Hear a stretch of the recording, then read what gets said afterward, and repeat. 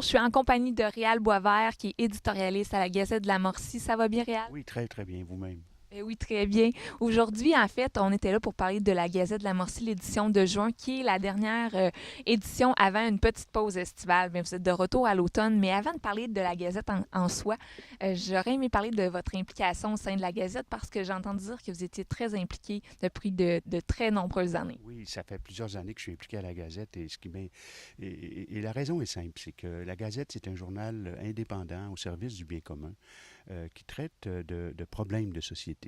Et moi, pendant toute ma carrière en santé publique, j'ai travaillé beaucoup sur des questions relatives aux inégalités sociales de santé, au lien entre la pauvreté et plusieurs indicateurs. Et régulièrement, dans la Gazette, on revient sur ces problématiques et bien d'autres, bien sûr. Et donc, de fil en aiguille, je me suis toujours senti très à l'aise et très heureux de collaborer à la Gazette, d'autant qu'on est entouré d'une équipe de collaborateurs magnifiques. Vous avez raison, c'est vraiment une équipe formidable. Donc, ça fait combien d'années que vous êtes impliqué? Ah, ça doit faire une vingtaine d'années au moins. Oui. Wow, c'est vraiment remarquable. Et ce mois-ci, vous ouvrez, dans le fond, l'édition de juin avec un texte d'opinion qui parle de publicité, de circulaire. Donc, vous aviez une opinion là-dessus.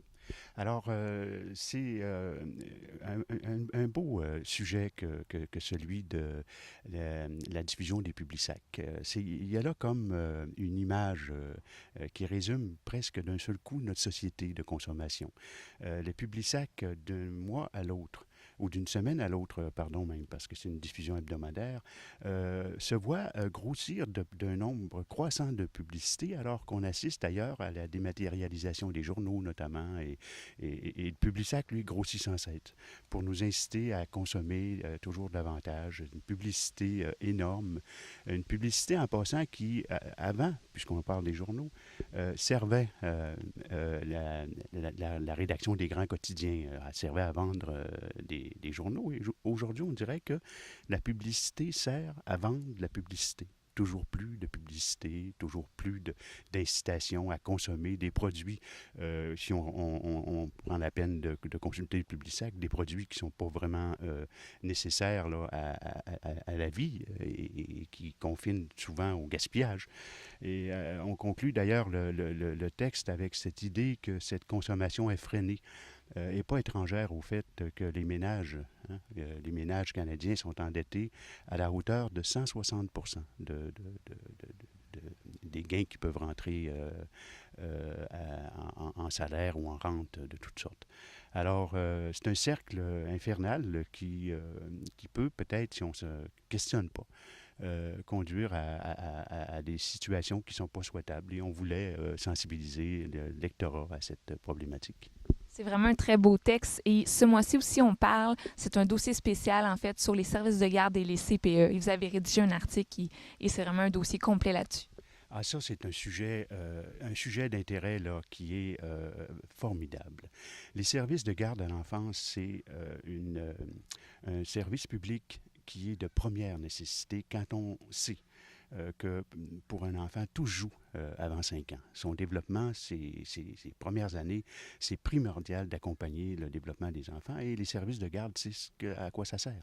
Ça aide à développer l'enfant au plan cognitif, bien sûr, ça aide à développer ses facultés motrices, ça aide à développer son réseau, à gérer ses émotions, à être en mesure très tôt, avant l'entrée à la maternelle, d'avoir des contacts avec des jeunes de son âge, soutenus et encadrés. Et on attire l'attention sur une question qui est fondamentale, puisque j'ai parlé tout à l'heure des inégalités. Alors, on sait que les enfants qui sont de milieux très défavorisés arrivent à la maternelle avec un développement qui est plus vulnérable en comparaison des enfants de milieux très favorisés. Alors, si par exemple 20% des enfants en moyenne qui ont un retard de développement dans un domaine quelconque comme ceux que j'ai évoqués tout à l'heure, pour ce qui est des enfants de milieux très défavorisés, ce pourcentage-là se hausse à 50%. Un enfant sur deux arrive à l'école avec une difficulté ou une vulnérabilité au plan du vocabulaire, etc. Alors, le simple fait d'instaurer des services de garde permet à ces enfants-là d'arriver à l'école aussi bien préparés que les enfants de milieux très favorisés. Alors, c'est pas rien. Imaginez une politique publique qui, tout compte fait, nous coûte à peu près rien en comparaison des dépenses de l'État.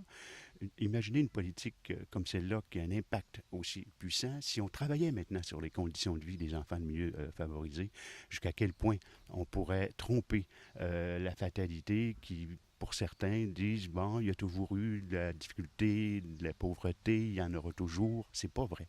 Ce sont des construits de société sur lesquels on est capable d'agir et les services les services à la petite enfance en sont une démonstration éloquente.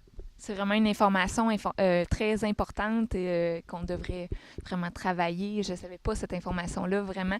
Et donc, les gens peuvent se renseigner, lire le dossier spécial de la Gazette de juin. Et la Gazette est disponible dans les points de distribution partout en Mauricie et également sur le site web de la Gazette de la Mauricie.